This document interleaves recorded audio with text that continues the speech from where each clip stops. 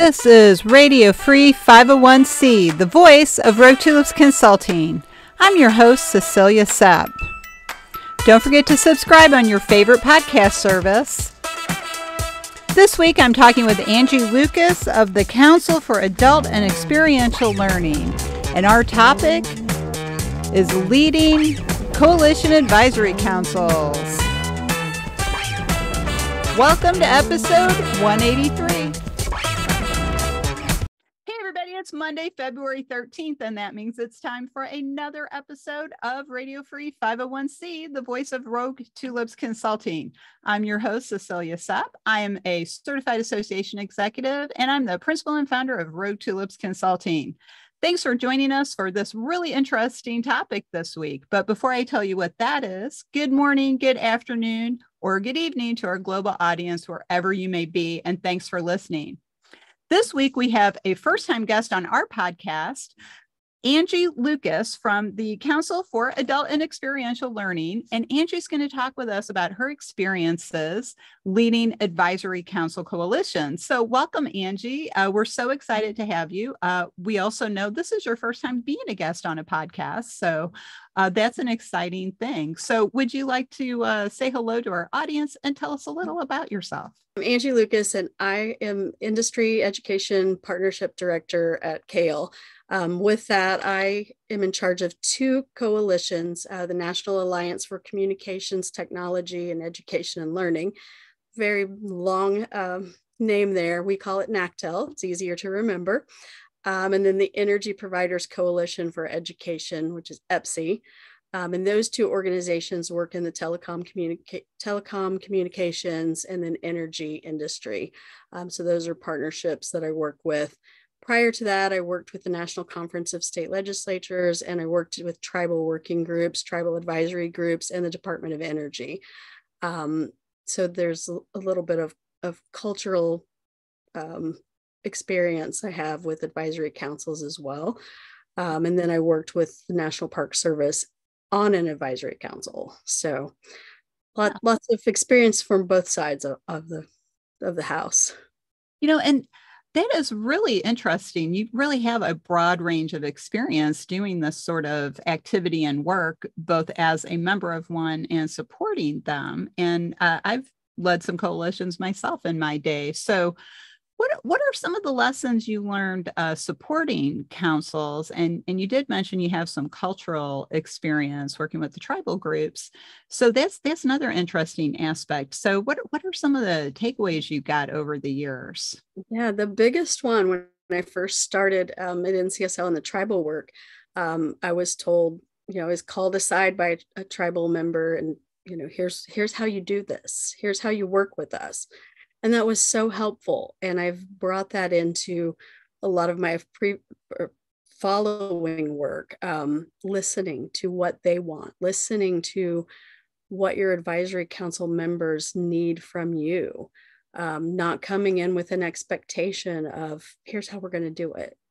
So that was really helpful. Is one of the biggest lessons learned is like, here's how you do it. Don't tell us what to do, but then give us some structure.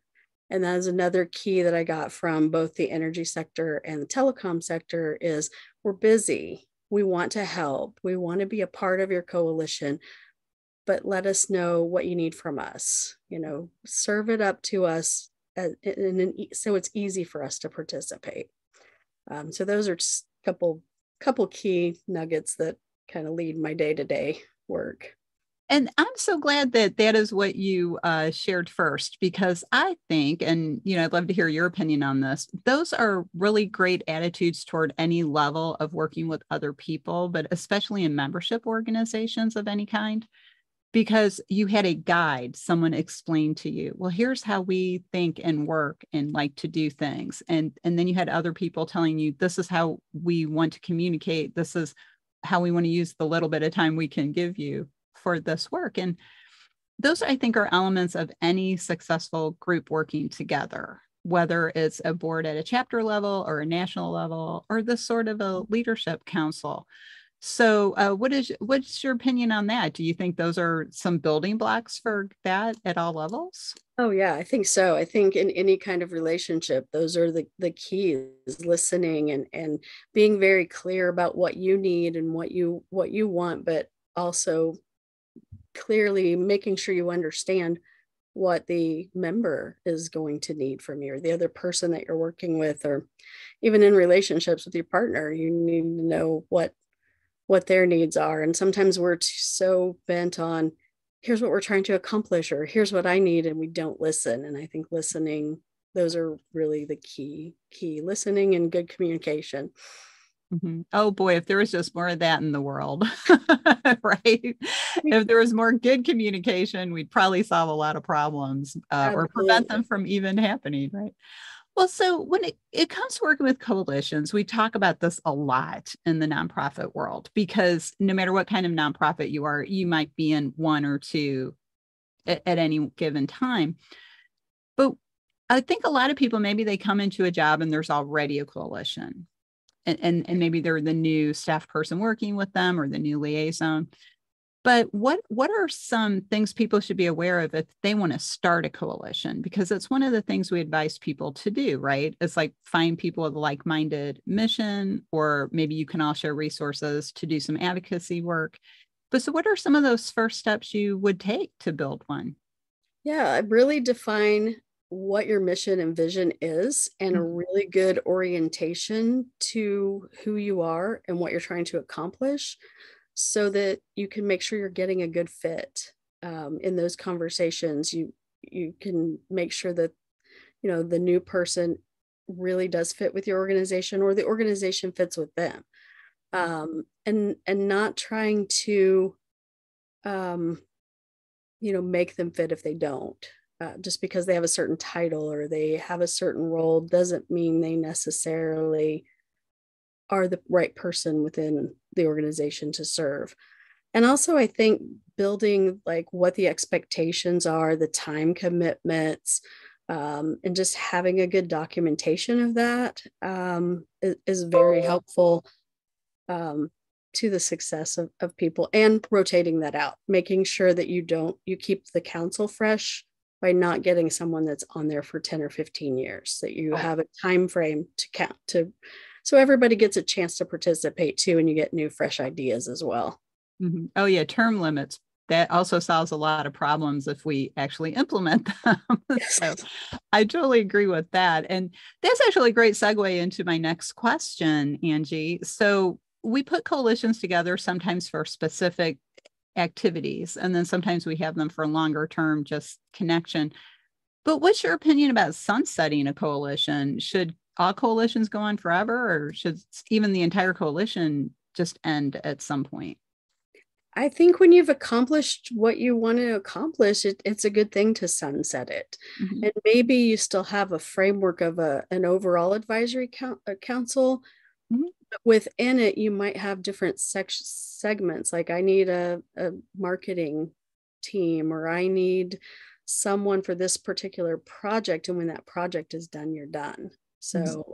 like with our work, we're working on training and educating workforce and bringing in new members into the workforce. So that work is probably never going to be done. So those coalitions have been going on for 24, 25 years. And I don't really see an end to it, but there may be some that are like, we're done now. We've accomplished it. So let's disband and sunset it. Well, what were some of the hard lessons you've learned over the years from working with coalitions? Oh, having the wrong expectations. Yeah, that's yeah, just thinking that this was what, I don't know. I guess it always goes back to that communication of thinking this is what they wanted, or thinking this is what they needed, and not really just figuring that out, asking and doing the work to prepare for the work. So well, and I think a lot of the issues we see with volunteer leaders, and I think this applies to coalition work as well, is that lack of a formal orientation or onboarding. process where people actually get that education before their first meeting. Or maybe it's at their first meeting. Here's how we do things. So have you tried that with working with coalitions? And if so, did it work? Yeah, it really did. It was really helpful. And I even do like a pre-orientation when I first, like we take nominations for members and from our other members. And when I get one, I will have a conversation with them first to just let them know what they're getting into and make sure it's a good fit and find out what their role is, because you don't want to waste somebody's time if it's not a good fit. Well, and I think I love that term pre-orientation. I've never even thought of that one before. That's a great idea. It's like before you even join, watch this video before you think about it. Make sure you know what you're getting into here. That's right. Boy, and wouldn't that save all of us a lot of problems if we could do that, before we commit to anything, that I think that's a great thing. But, Angie, don't you find as you go through your nonprofit management career that so many of the things that point us towards success are similar? I do. For me, it boils down to preparation for both yourself and for the person, for the council, that clear communication and the clear objectives. I think that kind of boils down to just about everything in life. If you can get those things right, that's true. Then you're good. I mean, everything I've kind of failed at, I either wasn't prepared at, or I didn't communicate myself properly, or didn't listen to the other person, or in that body language. And with cultural pieces too, you have to know the group that you're going into and the audience that you're talking about. Like, everybody doesn't react in the same way. One of the big things with my tribal work was everyone gets a say. And if the agenda runs 2 hours over, we're 2 hours over. So knowing that going in and preparing other people who don't come from that culture for that, then they don't come in thinking, oh gosh, we're an hour and a half over. What are we going to do? When are we going to wrap this up? So just those expectations, I think, are a big deal. That is really an interesting example, because we basically have in the United States an entire group of people who live on the continent, but separately in a lot of ways. A lot of the tribes have, their own reservations. They're still called reservations, but they have their own land, own laws, and they're able to continue living with their cultural identity. And so really even understanding that, working with people like that, I think is a great thing to be aware of, understand your culture, because I was talking with somebody yesterday about that Under Armour quote, culture eats strategy for breakfast. Yes. So if you don't understand the culture and how people do things, and I think that when you're looking at different parts of the United States as well, there's slightly different cultures all across the United States. Like the West Coast is very different from the East Coast, and the South is very different from New England. And, the Midwest and the Southwest and the mountain regions. I mean, there's a little bit different culture. People speak differently. They have different expectations of how long things will take. A funny thing, one of my brothers went to Hawaii with his wife for a vacation years ago, and the thing he kept quoting was 10 Hawaiian minutes. Oh, nice. Yeah, because he said, well, it could be 10 minutes, it could be 3 hours. That's why they just say 10 Hawaiian minutes, because that's, hey, well, it's sort of like that tribal meeting example. Right. It could take 3 hours, it could take half an hour. We don't know. It just depends on how it yeah, and getting directions in the country versus the city, like how far this is versus, it's just a block away. Well, a city block is very different. Yeah, those cultural posts or guideposts, I guess is a better word. Those cultural posts, in the country, they might say, well, go on down till you see the red barn and then make a left, but it could be a right. But if you see the cow, you've gone too far. But if you're at the broken fence, you're there. Where it's like city, they're like go north or right north for a half a mile. And Yeah, 2 blocks up this way or whichever way. Yeah. And see, even within organizations, there's differences too. Like my nuclear group, they are more precise on time. They want everything they start a certain time, they do everything, but they're very regulated. And so that's their culture, is this is the way we do it. And so you have to remember that too when you're building an agenda, and when you're bringing in speakers. We bring in speakers a lot, and we have to kind of prep the speakers on, this is how this is going to go, and if you hear this, it's okay, it's normal. So yeah, that language, and bless you for doing that for speakers, because as somebody who does speaking engagements, you can get burned if you don't get that audience prep. So thank you for doing that. I think that's great. And one of the things I always ask people, like when I work with a new client, is what's your language?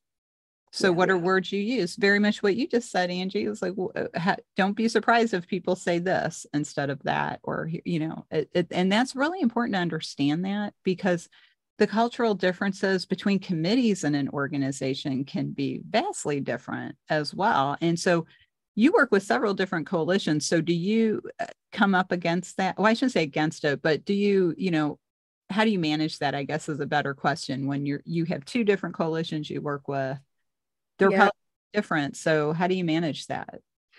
Just trying to, doing my research and listing things out. Like when I worked at NCSL, we did terminology. So we would put the acronyms all spelled out. Sometimes you just have a sheet with your agenda that has, what you need to know. So that was helpful too, to have a reference for people to go to. So you also mentioned, Angie, you are a member, or have been a member of an advisory council or a coalition council, as opposed to being like the staff person working with them as their liaison. So what did you see from that perspective as a person who's actually serving on the coalition as a member versus being a staff person? Yeah, that was probably my first experience with advisory councils. I worked with the National Park Service on an advisory council. And I guess seeing it from the other side, like they did all the right things, making sure they had the agendas out ahead of time and the notes out ahead of time, and not wasting anybody's time. And if there was a speaker, they had the bio, they had the, how to connect to them later, and really timely about the follow-up of things. So there were action items, and that was a really big lesson, is to make sure, here's the goal, but also here's what we're going to do to get there, and making sure everyone's clear on the action items. That was really helpful. And asking people again, it was, are you okay taking notes? Or are you okay with this? Or, kind of what your strengths and weaknesses are, and where you want to participate. So that was really helpful, because I'm like, yeah, I'm happy to call people, but don't ask me to write a research paper. It's not what I want to do. So, oh my gosh, and that's such a good point. Ask the volunteers how they want to contribute. That's such a great idea. I mean, that's really kind of the concept of micro volunteering in a lot of ways, and I think being part of a coalition could be a form of micro volunteering. Find out what the people want to do. You can have micro volunteering in the coalition. Right. There's a question I want to ask you, and I don't mean it to be a gotcha question. And if I don't know, just say, I don't know. Why are you even asking me that? If there was something you could change about how coalitions work, like, have you ever been sitting there looking at the window going, it'd be really great if coalitions did this thing, or stop doing this thing? Do you ever think about that? Like, do you have any ideas along that line? Yeah, I think that it would be really great if all coalitions had access to maybe the leaders, the people who are making the decisions. Oftentimes there's I'm an intermediary, but I think it would be good if the president, and our president at CAEL does this often, comes and talks to them, so they get the perspective of somebody who's making decisions for the organization. And I think that would be helpful if everyone had that access to someone who's helping, who has the decision making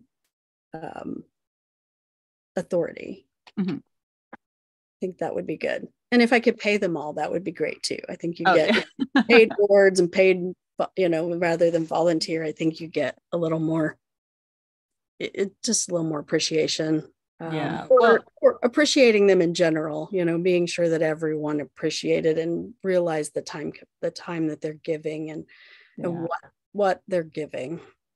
I hear you. I think it's important to give volunteers a meaningful recognition. Data years ago, and I'll be honest, I have not gone back and checked to see if it's been updated, but years ago, the data was people would just like a sincere thank you. Yes. Now, whether that's a nice email or a handwritten note, they just want to be acknowledged for what they've contributed. But the issue of paid boards is always a challenge, I think, or paying volunteers, because then you're not really a volunteer. True. Paid. But I do think if you can help alleviate some expenses, yes, for volunteers for participating, that would be great. If you could, maybe give them, I don't know, a gift basket or something to show appreciation. I like to give gifts to people who volunteer with things that I participate in, just like a little, it's thoughtful. And people appreciate, oh, look, this person gave me this nice thing to let me know that they noticed and they appreciate it. That's always a challenge though. And sometimes I think that can be a real hindrance to organizations moving forward, because nonprofits are volunteer. Right. Other than if you have professional staff, volunteers are volunteers. They're doing it because they're donating their time and their expertise. And then when it comes to a coalition, you have lots of people from a lot of different groups doing that. And I think that's a really big thing. And that really can move any organization forward. I think not staying in your own silo is important, whether it's a one-time thing for a coalition or you're a long-term coalition. A lot of healthcare associations are part of coalitions. Right. You move things forward. And I'm sure like in your work in the education field, there's probably a lot of coalitions. Oh, absolutely. And even in the the workforce realm, there's coalitions around that, or there's, different organizations. One of the things that we always do is try to just acknowledge that time commitment. We'll do it, the little things like you said, or maybe if we have a meeting, we'll provide a dinner or something like that. And I think those are helpful things. And when you're asking people to ask people within their organization, I think being cognizant of how many asks you are asking someone, I have people that work for AT&T, Verizon, Entergy, big companies, Duke Energy, and to ask them to task them to do something within their organization, you try to keep those to a minimum. We have a curriculum council where we're asking for subject matter experts to review the curriculum to make sure it's what industry needs for our education partners. So just making sure you get control of the ask, because you can get somebody that's really willing and very helpful and you can wear them out. Right. Oh, yeah. You don't want volunteer burnout. I love that term, controlling the ask. And I think everybody hearing you say that should write that down. And remember, control the ask. I just created that right now. So. You're brilliant. That's wonderful. I love that term. Because having been someone who's been a volunteer relations director for a number of years earlier in my career, you really do have to do that. You have to control the ask, and you have to bring people on a little bit at a time. Right. I had Amanda Kaiser on the podcast last week talking about her new book, Coming Out of Member Engagement, and we were talking about how people will say, "Oh, you just joined. Do you want to be on the board?" Exactly. No. And my response to that is always, are you nuts? No, of course not. No, give them a year, you let them get acclimated, and then see if they want to. Well, and especially since you're probably, like with the work you do with the coalitions, you're probably bringing people onto the coalition who've like already been a volunteer several times. Yes. It might be their first foray into volunteering, but most likely if they're in a coalition for the group, they've probably already done a lot of stuff, or at least two things. Right. So that's really, be careful. I love that. Be careful. About that, control the ask. Really ask, especially like I work with people that have been a part of the organization for since its inception 24 years ago. So they've done a lot over the years, and just doing your homework and making sure that you're not asking the same person all the time. Some people don't mind that. You have to that's again, knowing your audience and knowing your people and listening. Some people volunteer every time and they want to, and that's fine. But others, it's like, why do you keep asking me? So, right. Well, see, and then if that's the reaction you're getting, you've definitely burned that person out. Right. And you really have to be careful about that. So I agree. And, you're probably like me. You probably are at least volunteering in one thing to keep your volunteer hat on as well as your professional hat. So that is really something we all have to balance and keep in mind as we're going along. So before we wrap up this episode, and Angie, I have to say, you've been a wonderful guest, and you have already shared several really wonderful things like control the ask. I just love that. But let me ask you one more question before we wrap up for this episode. How do you balance your professional work with your volunteer work? Oh, I guess it's the opposite. It's controlling the yes. So I'm the person that will do everything. I want to do everything. I want to help everybody. Right. So I have to watch what I say yes to. Right now I'm involved in a mentoring, Native American mentoring program. But that's the only thing I'm doing during this time period. And I made sure that the person that my mentee, that time period happens when I'm not really busy at work. So it's juggling the time frame too. Like, I would love to help, but I can help at this time, and just being really clear on my availability, and controlling the yes for me. I love that. Okay. So everybody, do talk to Angie Lucas. She is just making these things up as we're talking. I love it. She's very good at framing this. Control the ask and control your yes. Yes. Those are two great things to remember if you remember nothing else from this episode. So, Angie, this has been great. And you have shared so much great advice and insights as to managing coalitions and how to do that. So thank you for that. Thank you.